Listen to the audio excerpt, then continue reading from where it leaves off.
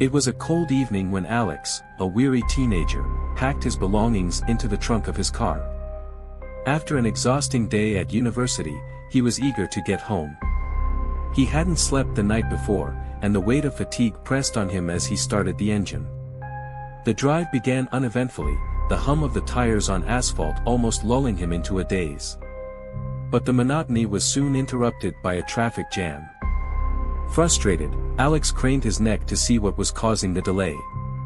When he finally reached the obstruction, his stomach churned. In front of him was the aftermath of a horrific accident. A truck had crushed a smaller car, leaving behind only scraps of twisted metal. The wreckage was barely recognizable as a vehicle. Alex quickly averted his gaze and pressed the accelerator, eager to leave the scene behind. The clock on his dashboard read 7:30 p.m., and the sun had already disappeared beneath the horizon. The darkness seemed heavier than usual, wrapping around the car like a suffocating blanket. Irritated, Alex grumbled to himself. He had hoped to get home well before nightfall. As he drove on, he hit yet another traffic jam. The red taillights stretched endlessly ahead. Annoyed, he decided to take a shortcut his GPS had suggested, a route that promised to cut 2 hours off his drive. It led through a forest. The road narrowed as Alex turned onto the shortcut. Towering trees loomed on either side, their branches clawing at the sky. A thick fog settled in, swirling eerily in his headlights. Alex turned on his high beams, but the dense mist seemed to absorb the light. 15 minutes in, something caught his eye, a car abandoned at the side of the road. Alex frowned. Who would leave a car here? He wondered, but shook off the unease and kept driving. Suddenly, his engine sputtered and died. The car coasted to a stop, and no amount of turning the key would bring it back to life. Cursing under his breath, Alex stepped out, the cold air biting at his skin. He pulled out his phone, relieved to find the GPS still working.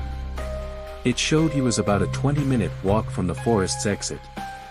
Determined to find help, Alex locked the car and started walking.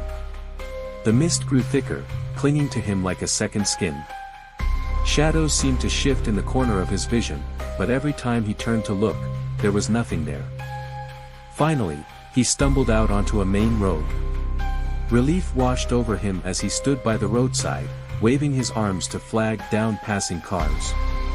But the road was eerily quiet. After what felt like an eternity, headlights appeared in the distance.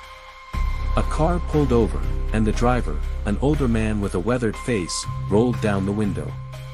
"Do you need help?" the driver asked.